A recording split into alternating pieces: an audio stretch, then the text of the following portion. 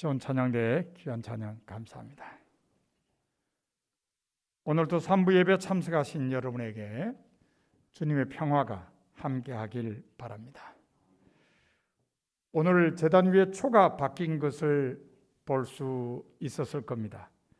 평소와는 달리 4개의 초가 놓여 있고 그 가운데 첫 번째 것에 불이 켜졌습니다. 강림절이 시작되었음을 알리는 표입니다. 교회력에서는 성탄절 앞에 4주간을 강림절이라고 하기 때문입니다. 대강절이나 대림절이라고 부르기도 합니다. 강림절은 성탄절을 맞을 준비를 하는 기간입니다. 그 준비란 성탄절의 주인공이신 예수 그리스도께서 이 세상에 인간의 몸을 입고 탄생하신 참 뜻을 다시 한번 마음에 새기는 것이며, 동시에 그 예수 그리스도가 다시 오실 날을 기다리는 사람으로서 영적 준비를 하는 것입니다. 그 준비를 시작하는 날이 바로 오늘 강림절 첫째 주일입니다. 준비 없이 성탄절을 맞이하는 것은 진정한 의미에서 성탄절을 맞이하는 것이 아닙니다. 준비 없이 성탄절을 맞이하는 것은 단순히 2000년 전에 있었던 일을 기념하는 행사를 치르는 것으로 끝나버리고 맙니다. 그러므로 성탄절의 의미가 새롭게 살아나기 위해서는 성탄절을 맞이할 준비를 하며 기다려야 합니다. 그러면 우리는 어떻게 준비하며 성탄절을 기다려야 할까요? 오늘 본문을 통해 그 해답을 찾아보도록 하겠습니다. 오늘 설교의 본문으로 택한 스가랴서는 구약 성서에 있는 12개의 소예언서 가운데 11번째 나오는 책입니다. 스가랴서는 소예언서 중에서 분량이 제일 긴 책입니다. 14장에 211절로 되어 있어서 개역 개정 성경에는 14쪽에 걸쳐 실려 있습니다. 스가랴서는 스가랴라는 사람이 선포한 예언의 말씀을 담고 있습니다. 스가랴라는 이름은 여호와가 기억하시다라는 뜻입니다. 그런데 구약 성서에는 스가랴라는 이름을 가진 사람이 무려 31명이나 됩니다. 이 가운데 스가랴서에 등장하는 스가랴는 이또의 손자라고 기록되어 있습니다. 이또라는 이름은 느헤미야 12장 4절에 나타납니다. 기원전 537년에 스룹바벨이라는 지도자와 함께 바벨론 포로 생활을 끝내고 예루살렘으로 돌아온 제사장 명단에 이또라는 이름이 들어 있습니다. 그리고 느헤미야 12장 16절에 보면 이또 제사장 가문에 스가랴라는 이름이 들어 있습니다. 그러므로 우리는 스가랴서에 등장하는 스가랴가 바벨론 포로 생활을 끝내고 귀환한 제사장 가문의 예언자임을 알 수 있습니다. 그렇다면 예언자 스가랴가 활동하던 시기는 포로 생활을 끝내고 유다 땅으로 귀환한 사람들이 예루살렘 성전을 재건하다가 대적들의 방해로 중단한 때입니다. 예루살렘 성전은 짓다가 중단된 채로 약 15년 동안 방치되어 있었습니다. 그로 인해 사람들의 마음에는 성전 재건이라는 단어가 사라져 버렸습니다. 이때 학개라는 예언자와 함께 예언 활동을 한 사람이 바로 스가랴입니다. 따라서 스가랴의 예언에는 성전 짓는 일을 다시 시작해야 한다는 것이 강조되어 있습니다. 그런데 특이한 것은 스가랴가 환상을 많이 이야기하고 있다는 것입니다. 본문을 포함해서 스가랴 1장 7절부터 6장 8절 사이에는 스가랴가 본 8개의 환상이 기록되어 있습니다. 8개의 환상에는 모두 천사가 등장해서 스가랴에게 환상의 내용을 설명해 줍니다. 오늘 본문은 스가랴가 본 4번째 환상에 대한 기록입니다. 이 환상은 대단히 중요합니다. 왜냐하면 메시아에 대한 예언이 들어있기 때문입니다. 본문 8절 마지막 부분에 보면 하나님께서 말씀하시기를 내가 내 종 싹을 나게 하리라고 했습니다. 싹은 새싹을 의미합니다. 그래서 세번역 성경에는 내가 이제 새싹이라고 부르는 나의 종을 보내겠다라고 번역되어 있습니다. 새싹이라고 부르는 메시아를 보내신다는 말씀입니다. 저는 이 구절을 접하면 항상 생각나는 사람이 있습니다. 제가 종교교회 부단임 목사로 일할 때 이순희 권사님이라는 분이 자기 이름이 성경에 나온다고 말씀하셨습니다. 목사가 성경에 이 권사님 이름이 나온다는데 어디에 나오는지 모르겠어요. 그래서 그 권사님께 여쭤봤습니다. 아니, 권사님 이름이 성경 어디에 나온대요? 그랬더니 권사님이 자기는 어디에 나온지는 모르지만 어떤 목사님이 설교 중에 말씀하셨다는 겁니다. 제가 속으로 그냥 웃고 말았습니다. 그런데 어느 날 성경을 읽다가 이 권사님의 말씀을 이해하게 됐습니다. 바로 본문 8절을 통해서입니다. 지금 우리가 읽었는 개역 개정 성경은 내가 내 종 싹을 나게 하리라 이렇게 번역을 했는데 그 당시 사용하던 개역 성경에는 내가 내 종 순을 나게 하리라 이렇게 번역을 했습니다. 순. 그러니까 설교하는 목사님이 하나님께서 하나님의 종 순이 나게 하셨다고 선포를 하셨으니까 이분은 듣기에 아이고 성경에 내 이름이 나오는구나 그렇게 들으신 거예요. 순이든지 싹이든지 새싹이든지 모두 번역된 메시아의 이름입니다. 어쨌든 하나님께서 스가랴 선지자를 통해서 메시아를 보내신다는 말씀을 하신 겁니다. 우리가 잘 아는 메시아 예언의 대표적 선지자는 이사야입니다. 그런데 스가랴도 이사야와 마찬가지로 메시아가 오신다는 것을 예언을 했습니다. 차이점이 있다면 이사야는 하나님의 말씀을 받아서 그대로 전했지만 스가랴는 환상 속에서 하나님께서 대제사장 여수아에게 주신 말씀의 형식으로 전했다는 겁니다. 본문도 환상 속에서 하나님께서 여수아에게 메시아를 보낸다고 말씀하셨다는 내용입니다.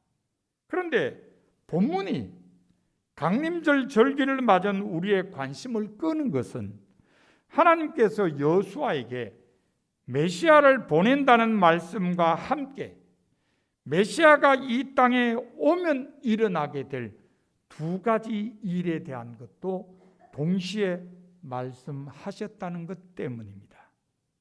그러면 메시아가 오게 되면 어떤 일이 일어날까요?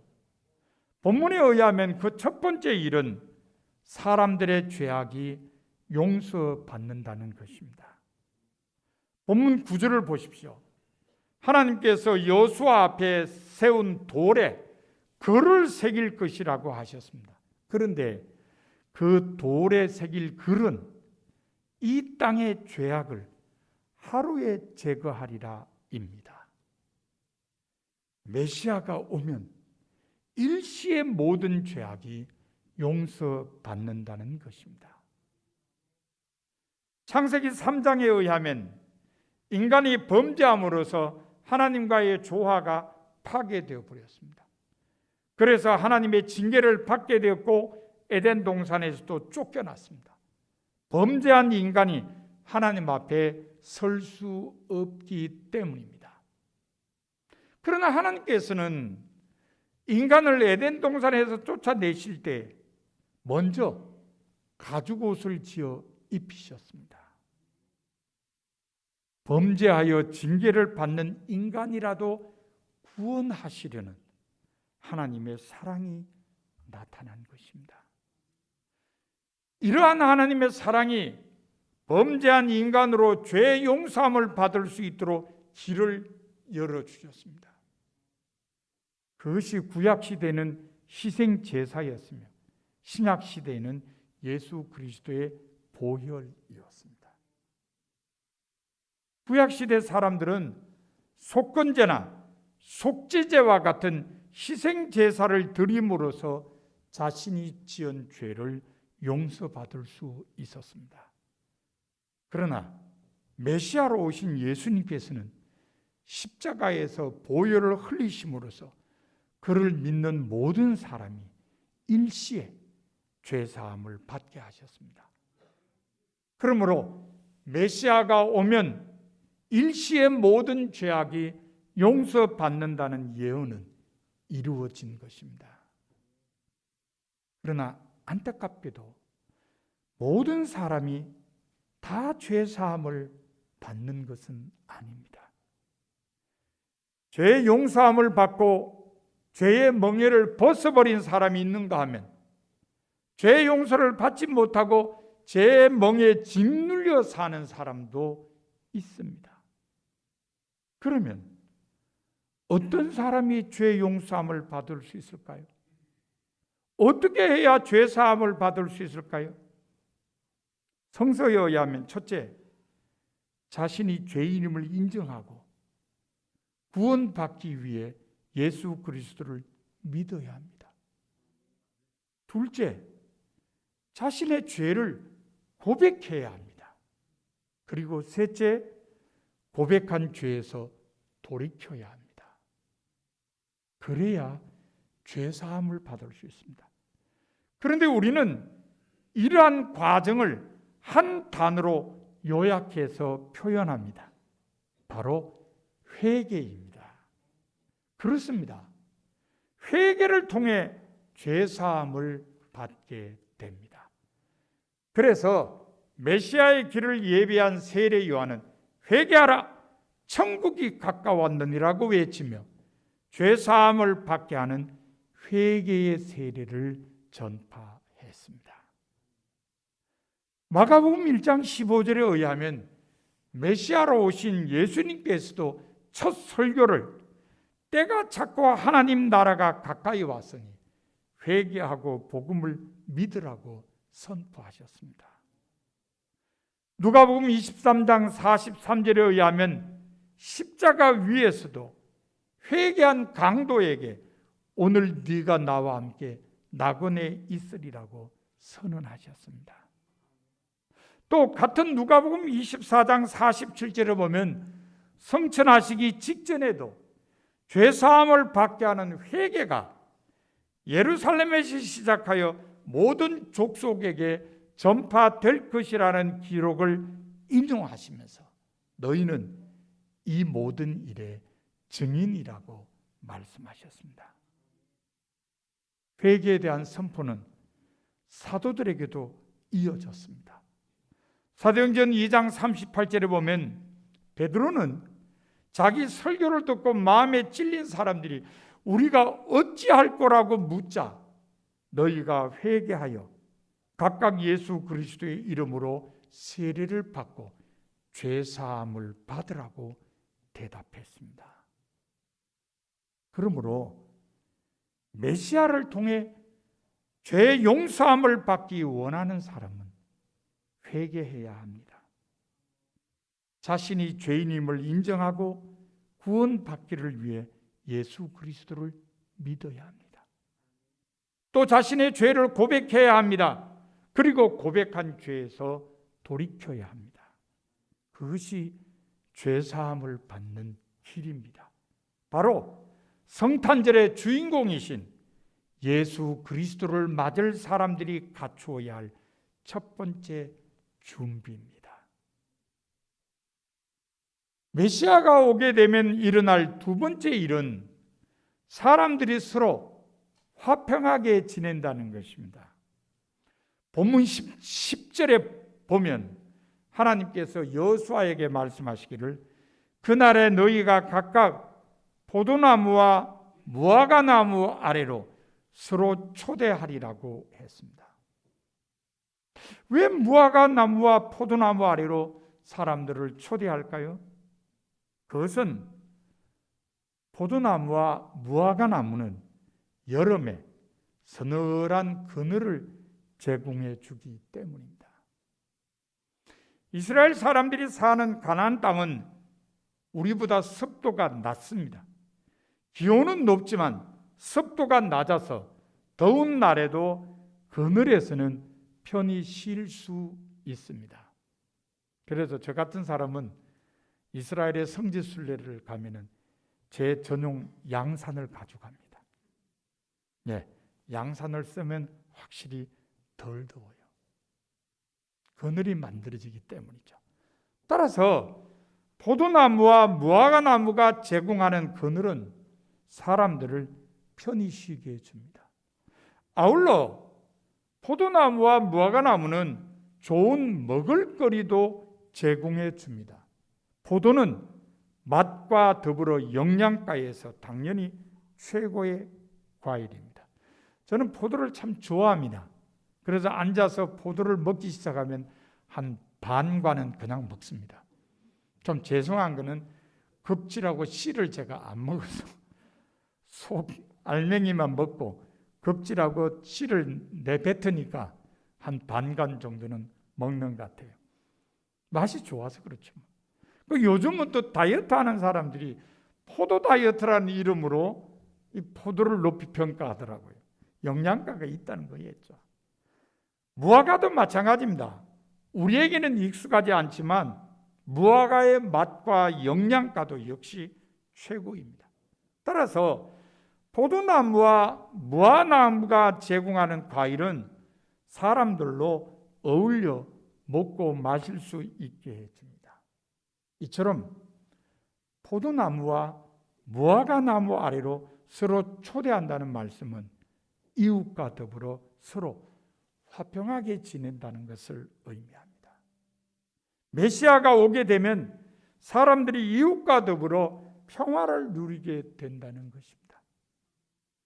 창세기 2장에 의하면 하나님께서는 사람이 혼자 있는 것이 좋지 않음을 보시고 돕는 짝을 만들어 주셨습니다. 이때부터 사람은 다른 사람과 결합하여 화평하게 지냈습니다. 하지만 범죄함으로써 하나님과의 조화가 파괴되자 사람들과의 조화도 파괴되어 버렸습니다. 남편이라는 사람이 징계당할 일에 대한 책임을 아내에게 전가하는가 하면 형이 동생을 죽이기도 하고 아버지가 아들을 저주하기도 하는 일들이 벌어졌습니다. 그러나 하나님께서는 동생을 죽인 살인자 가인에게 다가가셔서 네 아우 아벨이 어디 있느냐라고 물으셨습니다. 미움 때문에 살인을 한 인간이라 할지라도 그 마음속에 이웃에 대한 관심과 책임을 심어주시려는 하나님의 사랑이 나타난 것입니다. 이러한 하나님의 사랑이 이웃에 대한 무관심과 미움으로 사는 인간에게 서로 화평하게 지낼 수 있도록 길을 열어주었습니다. 그것이 구약시대에는 율법이었으며 신약시대에는 복음이었습니다. 구약시대 사람들은 하나님께서 주신 율법을 지켜 행함으로써 이웃과 더불어 화평하게 살 수 있었습니다. 그러나 메시아로 오신 예수님께서는 공생애 동안의 삶과 가르침을 통해 이웃과 더불어 화평을 누리도록 하셨습니다. 그러므로 메시아가 오면 포도나무와 무화과나무 아래로 서로 초대하게 된다는 예언은 이루어진 것입니다. 그러나 안타깝게도 모든 사람이 다 이웃과 더불어 화평을 누리는 것은 아닙니다. 이웃과 더불어 화평을 누리며 하나님 나라 삶을 사는 사람이 있는가 하면 이웃에 대한 미움을 떨쳐버리지 못하고 부조화의 삶을 사는 사람도 있습니다. 그러면 어떤 사람이 이웃과 더불어 화평을 누리며 살 수 있을까요? 성서에 의하면 첫째, 자신을 무장해제시키고 다른 사람에 대한 지배욕을 버려야 합니다. 둘째, 마음에 새겨져 있는 다른 사람의 잘못을 지우개로 지워버리고 진정으로 용서해 주어야 합니다. 셋째, 사람과 사람 사이에 있는 차이를 의식하지 말고 모든 사람을 섬기며 살아야 합니다. 그래야 이웃과 더불어 화평을 누리며 살 수 있습니다. 그런데 우리는 이러한 과정을 한 단어로 요약해서 표현합니다. 바로 사랑입니다. 그렇습니다. 사랑을 통해 이웃과 더불어 화평을 누리며 살게 되는 것입니다. 그래서 메시아의 길을 예비한 세례 요한은 세례를 받으러 나온 사람들에게 회개에 합당한 열매를 맺으라고 외치며 옷 2벌이 있는 자는 옷 없는 자에게 나눠줄 것이요 먹을 것이 있는 자도 그렇게 할 것이니라고 가르쳤습니다. 사랑을 통해 이웃과 화평하게 살라는 것입니다. 요한복음 13장 34절에 의하면 메시아로 오신 예수님께서는 이렇게 말씀하셨습니다. 새 계명을 너희에게 주노니 서로 사랑하라. 내가 너희를 사랑한 것 같이 너희도 서로 사랑하라. 같은 요한복음 15장 12절에도 보면 예수님께서는 이렇게 말씀하셨습니다. 내 계명은 곧 내가 너희를 사랑한 것 같이 너희도 서로 사랑하라 하는 이것이니라. 서로 사랑하는 것이 예수님의 계명임을 강조하신 말씀입니다. 사랑에 대한 선포는 사도들에게도 이어졌습니다. 베드로전서 4장 8절에 보면 베드로는 무엇보다도 뜨겁게 서로 사랑할지니 사랑은 허다한 죄를 덮느니라고 권면했습니다. 로마서 13장 10절에 보면 바울도 사랑은 율법의 완성인이라고 선언했습니다. 그러므로 메시아를 통해 이웃과 더불어 화평을 누리기를 원하는 사람은 사랑해야 합니다. 자신을 무장해제시키고 다른 사람에 대한 지배욕을 버려야 합니다. 또 마음에 새겨져 있는 다른 사람의 잘못을 지우개로 지워버리고 진정으로 용서해 주어야 합니다. 그리고 사람과 사람 사이에 있는 차이를 의식하지 말고 모든 사람을 섬기며 살아야 합니다. 그것이 이웃과 화평하게 사는 길입니다. 바로 성탄절의 주인공이신 예수 그리스도를 맞을 사람들이 갖추어야 할 두 번째 준비입니다. 오늘 선지자 스가랴를 통해 강림절 첫째 주일을 맞은 우리에게 주시는 하나님의 말씀은 성탄절의 주인공이신 예수 그리스도를 온전히 영접하기 위해서 두 가지 준비를 하라는 것입니다. 하나는 회개로 죄사함을 받는 것이며 다른 하나는 사랑으로 이웃과 더불어 화평을 누리는 것입니다. 사랑하는 성도 여러분, 여러분은 성탄절의 주인공이신 예수 그리스도를 영접할 준비가 되어 있습니까? 오늘부터 시작되는 강림절 절기는 그 준비를 위한 기간입니다.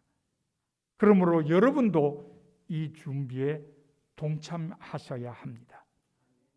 선지자 스가랴를 통해 주신 말씀처럼 회개로 죄 사함을 받는 것으로 준비하시며 사랑으로 이웃과 더불어 화평을 누리는 것으로 준비하십시오. 그러면 그 어느 해보다 뜻깊은 성탄절을 맞을 수 있을 것입니다. 여러분 모두 말씀이 요청하는 준비로 성탄절을 기다리는 성도가 다 되시기를 바랍니다. 이제 말씀을 마음에 새기고 결단하는 침묵 기도를 2, 3분간 드리도록 하겠습니다.